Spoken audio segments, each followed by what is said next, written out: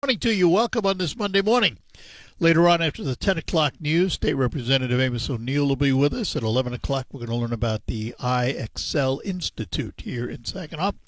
But it's open phones for this hour. Whatever you'd like to chat about, 989-752-6111 will put you in touch with us on this Monday morning. By goodness. And delighted to be with you. A brand new week. I don't know where it's going. It just flies by. Ah, well. I tell people all the time, though, the older I get, the faster it goes, yet I know the clock doesn't move any faster than it did before. Busy week. Lots to do, including our Kids World at the end of the week. But a number of things to talk about. Another candidate comes forward for Michigan's U.S. Senate seat, which will be open when Gary Peters retires. Mike Rogers, a name familiar because he's run for it before, has put his name in the hat. So we'll be watching that. General Motors going to announce the layoff of 200 auto workers. They say it is not related to tariffs. It's adjusting production in their battery plant for e-vehicles, which, of course, are not doing quite what they thought they would do. So I'm not surprised. Anyway, we got callers waiting, so we'll get to them this morning. We'll start with Carl in Saginaw. Good morning, Carl. Good morning, Art. And I'm sorry to have to get into this right off the bat. You're not. Well, I got to get it off my mind. I'm sorry. Last Friday, you had a caller call in and say that government is inherently corrupt. And then, went on from there. And I got to say, I disagree. And I find that borderline offensive to say, everybody in the government is corrupt. Whoa, time out. I don't think he said everyone in the government is corrupt. He said government is inherently corrupt. Well, if you have a few people in government who are corrupt, he could be correct. He didn't say everybody, though. That's all you just did. He didn't say that. Well, he implied it. And I don't think our police are corrupt. I don't think the military is corrupt. Nope, but I'll bet you can find corrupt people in both those. I suppose. Can you find somebody corrupt in the Supreme Court? Sure, probably. Probably in every industry and every walk of life you can think of. But that's not inherently corrupt, Art. That's saying, there is so it's corruption. A matter of semantics. Absolutely. All right, I'll give you that. Well, if you said about any group, if I said, I think the police in Saginaw are inherently corrupt, but I only mean there's a couple bad cops. But I think the police in Saginaw County are inherently corrupt. Now, how would they feel about that? Oh, they wouldn't be happy. No, they would not. I didn't say it was a good thing he said. I just said don't say everyone, because he didn't say everyone. You could have pushed back against him at the time, I think. I could push back against everybody.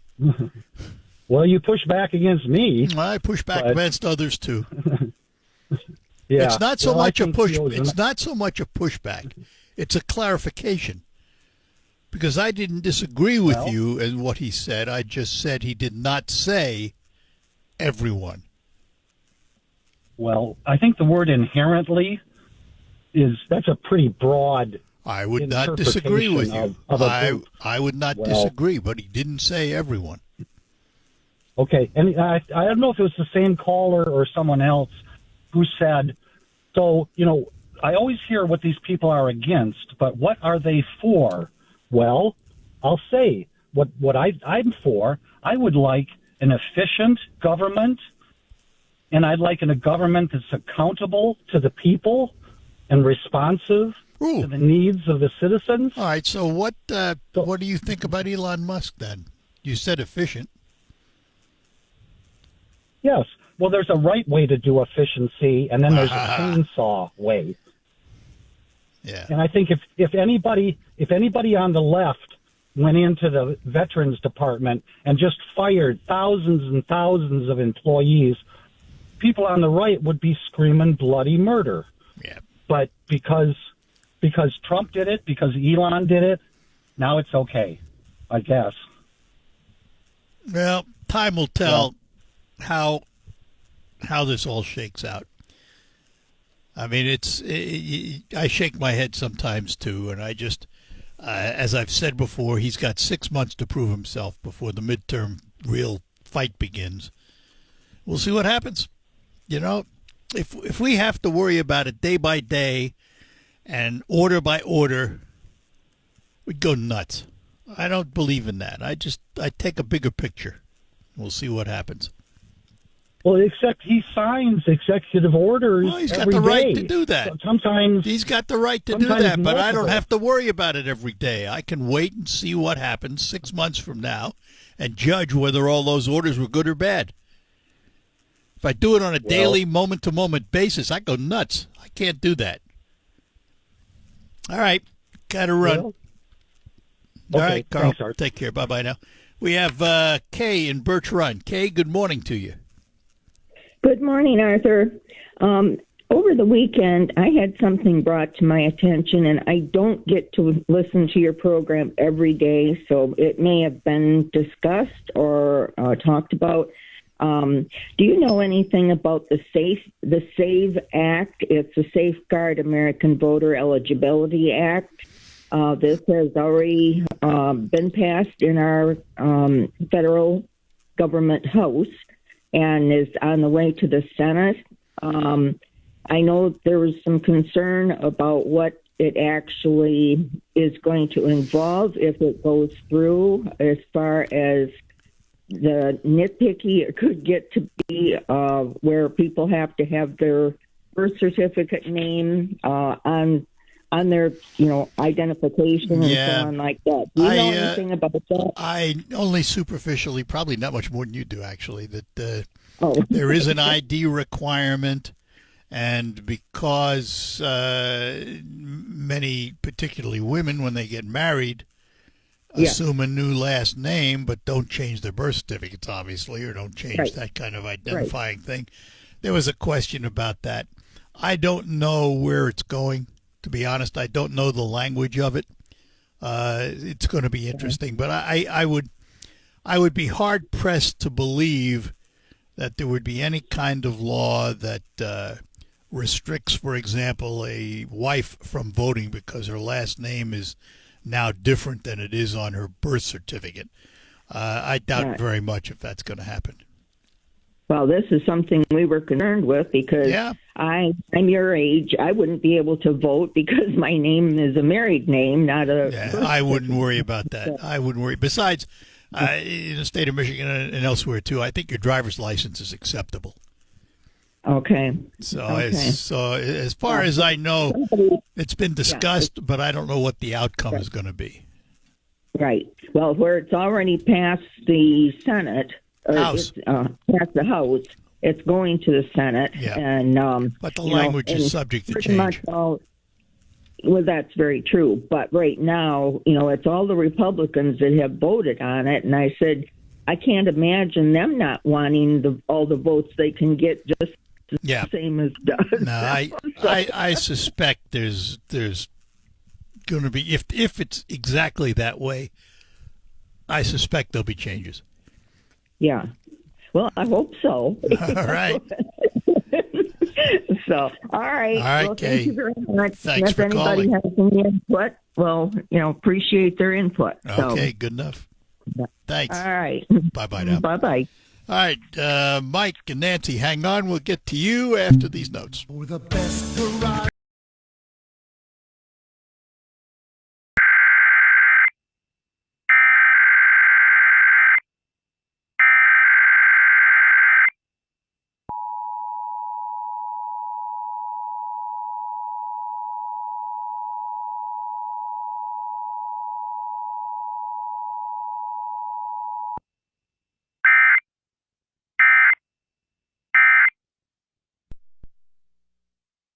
This is a test of the emergency. All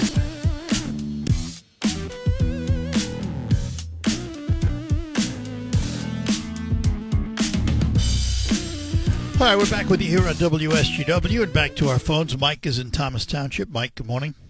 Hey, good morning, Art. I'd probably say that there's corruption in the government rather than saying the government is corrupt, kind of meaning the same Well, thing. yeah, but that's true. When you look at that list that Doze has made up, oh my God! And they're probably both parties. I wouldn't doubt that. But we're gonna see if they can get rid of some of these people by exposing them. That would be a really good thing to do. Yeah, But, yeah, other absolutely. than that, but, Time will tell. Yeah, there's always been corruption in the government. I mean, gosh, the Teapot Dome scandal, that was billions of dollars back then, So, but let's hope we can get some good people in there. I think Trump's got a pretty good team. There's some problems. They're going to, make up some hiccups every once in a while, but Time will tell. You betcha. Okay, thank you, my friend. All righty, take care. Bye-bye now. And in Midland, we find Nancy this morning. Good morning, Nancy. Good morning, Art. Well, I just want to tell you thank you right off the bat for trying to keep things on an even keel. I do applaud you for trying. And I also was upset by a call on Friday, and I thought about this, that I wanted to share what a hero was. My husband, Sally, had passed away a little over a year ago. He was 100% disabled veteran. Thank you. He died from chemical exposures to his service. Wow. And he never complained. He was so proud of our country. He was proud. He understood that his service protected our country at that time, but not only for the long run. Yeah, the country should be proud of him, too. Thank you. And I think that's sometimes when the callers come in, and then Friday you were talking from Carl from Saginaw, and he was complaining about how long some of these things might take. And he said, well, it might take 2 years. And you said, well, so be it. And that's the thing. Some of these things are not going to happen overnight. It's going to be, it might take years before it really comes into, and that's okay if it's for the better of our country. Yeah. And then the thing that upset me, too, because I've listened to your show forever, is that when Carl's party of that he seems to favor come into office, and they pretty much wiped out anything that was even good for our country because they didn't like the previous administration. They opened the doors to our country to we don't even know really how much damage that's caused. And then they fired frontline workers because they wouldn't get the jab. They fired military. They lost their benefits. And then we have Abby Gate. We have that all debacle. And then Carl from Saginaw took a break from politics because he got a puppy. And I thought, wow, that pretty much says it all. So I just wanted to thank you for your time and trying to keep things balanced. Well, I'll tell you the answer. Everybody should get a puppy so we can all take a break from politics.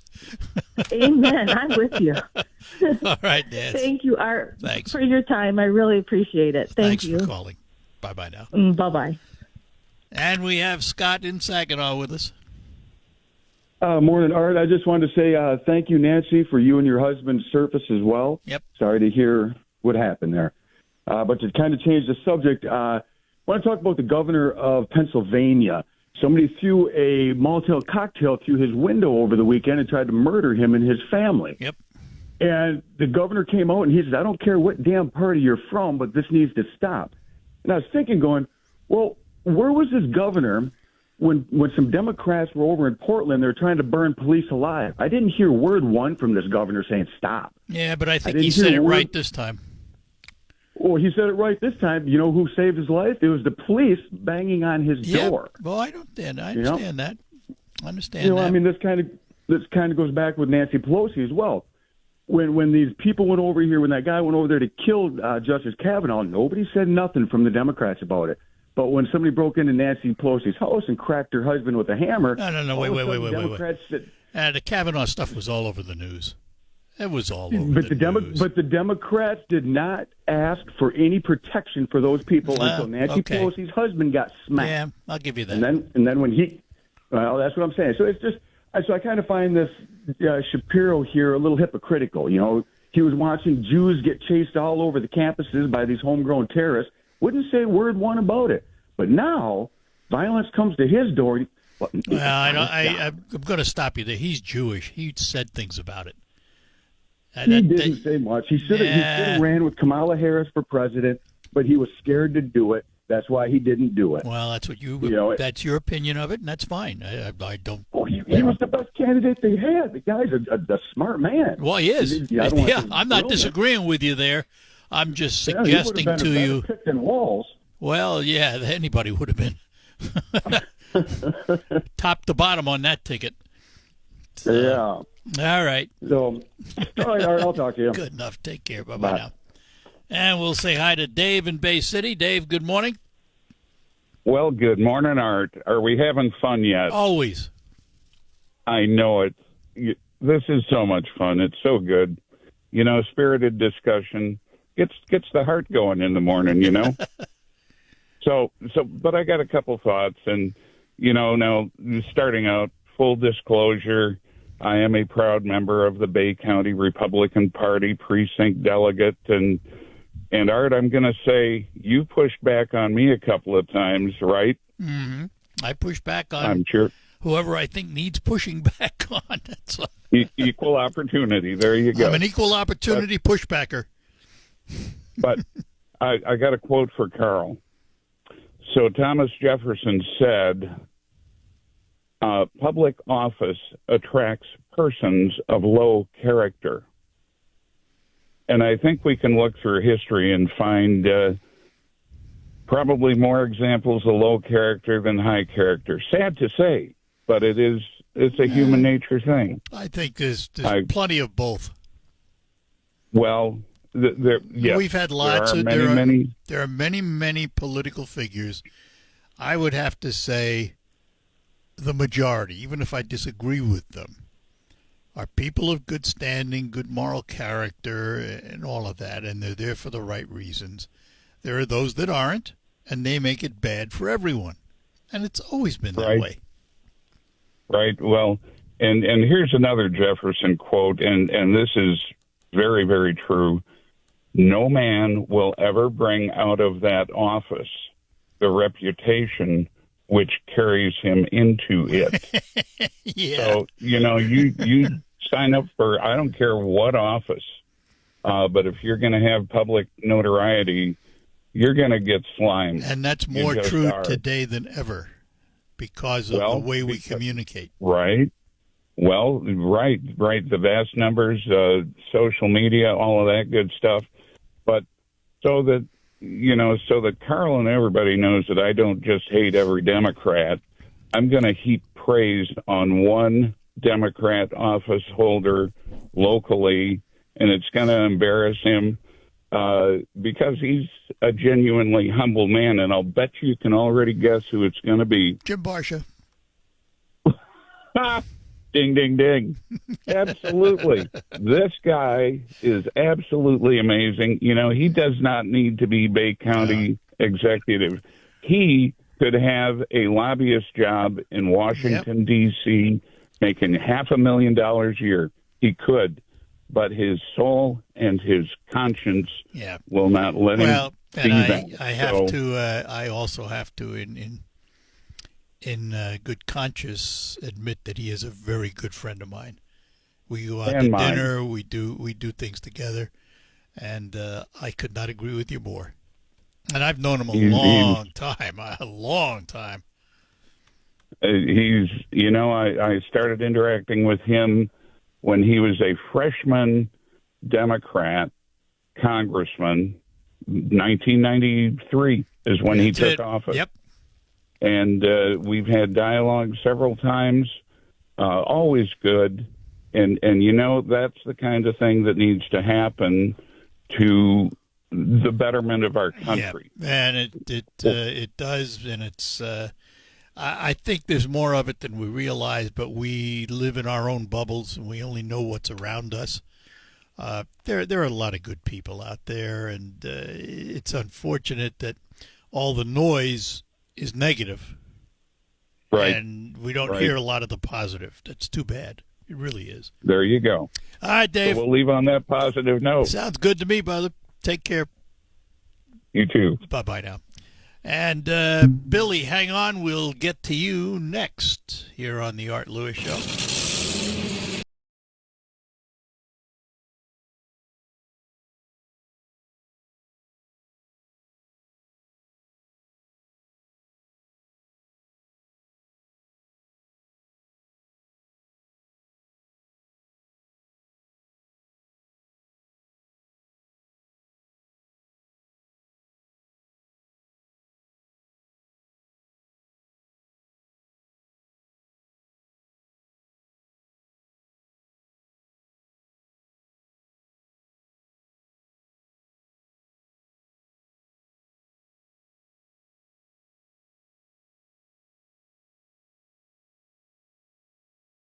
All right, back with you here on WSGW. And from what I can see, the 6 women who flew on Blue Origin this morning are back on Earth successfully.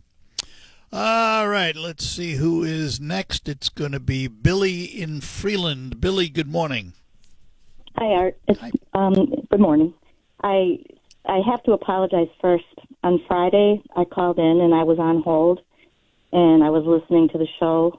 I was going to respond to something, and I was listening, and I had to hang up because I thought I can't put it into words correctly. I have to write it down because this is pushback from Friday day. It seems to be. Okay. I figured I better call because I'm going to push back from Friday, and I have written down in all caps.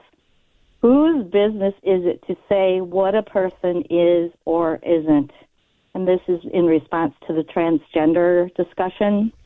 I've been attending rallies and meetings about protesting, since the Trump administration. And some of it has to do with families, parents who are there because they're so concerned about their transgender children. And they've given statistics about suicide rates and that kind of thing. And I've read up on the biology, the physiology of gender. And it isn't just what you appear to be. And it's really nobody's business except the person, the family, and the doctor. All right. So that was let me ask you some things about that, all right? I'm not sure I know a lot about it. Oh, it's all right. These are opinions, okay? Should a parent be notified that their youngster is considering these things? Are they not? There are some school districts in the country that do not tell parents. Some hospitals and I'm doctors. not sure I believe that. Well, it's true, but I would assume you agree with me then that parents should have a say. Yes. Well, they would have to have a say that kids aren't going to drive themselves to doctor's appointments. Well, right? It's happening. It's unfortunate. And listen, we're talking about a very, very, very small percentage of people. Very small. Absolutely, but the small percentage who are affected by these executive orders saying they aren't who they are. I understand what you're saying, concern. But here's what's really come to the forefront on this. Should transgender females, those who are males by birth, be able to compete with females, even though physiologically they have an automatic advantage? That is not what I'm calling about. I'm asking you, though. I mean, you're I calling don't know about that. I know transgender. that for the You're NCAA, calling about transgender, and those are some of the calling leading about it's nobody's issues. business to say that they aren't who they feel that they are. I'm not disagreeing That's with all you. I say. I'm not disagreeing with you, but there are so many other issues around it that have to be discussed. Well, and we don't I'm not disagree. We discussing that agree today, that but- parents should be involved. Yep. All Let me right. tell you this, Art. For the NCAA, which was such a big deal about how they were letting transgender people compete, you know how many there were out of the thousands or tens of thousands of athletes? Yeah, very few. Less than 10. That's right. But what do you tell the people they competed with? Well, what Who do were you tell denied all the their- people who make it such a big deal? that it's Well- such the most horrific thing on the earth. Yeah, I'm not disagreeing with you there. I think it's been overblown.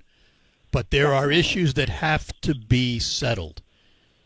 And Well, because and they there's do, but no not by executive order. not because Not by there's no executive order. because there's no consistency, we need to have some kind of consistency.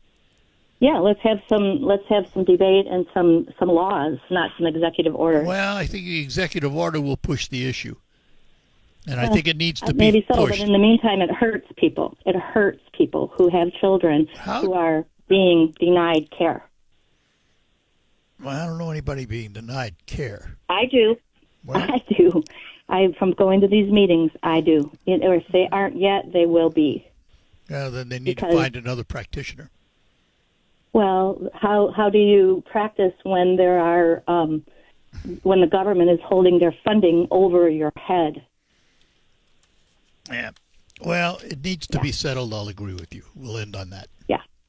And Okay. my other pushback was about, I'm sorry, if you don't have time, let me know, but saying how somebody made a comment that, well, the Democrats would do well to propose some immigration law because, that's something they could have going for them.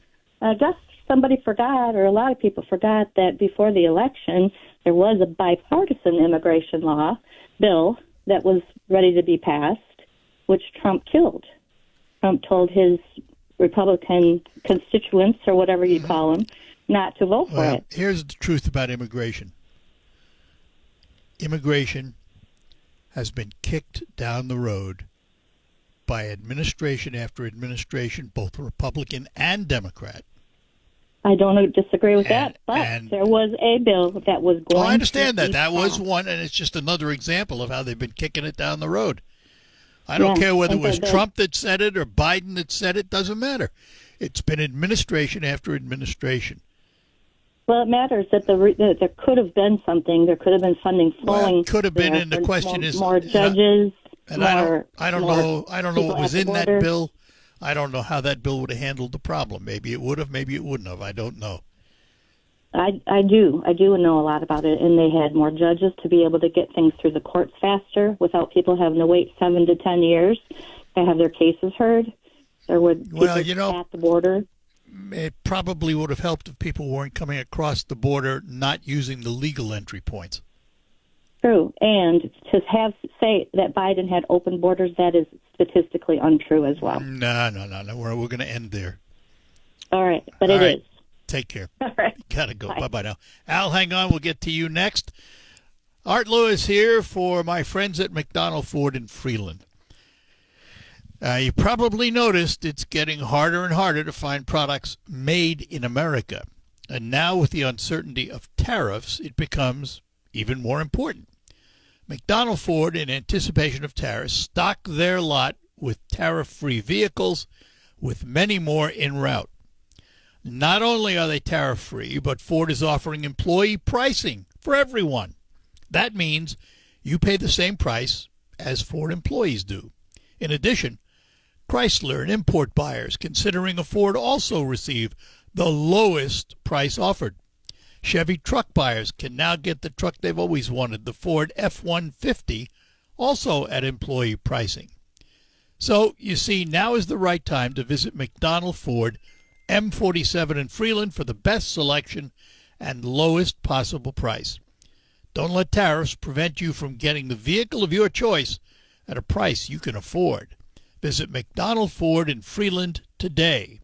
Remember, tariff-free and employee pricing for everyone.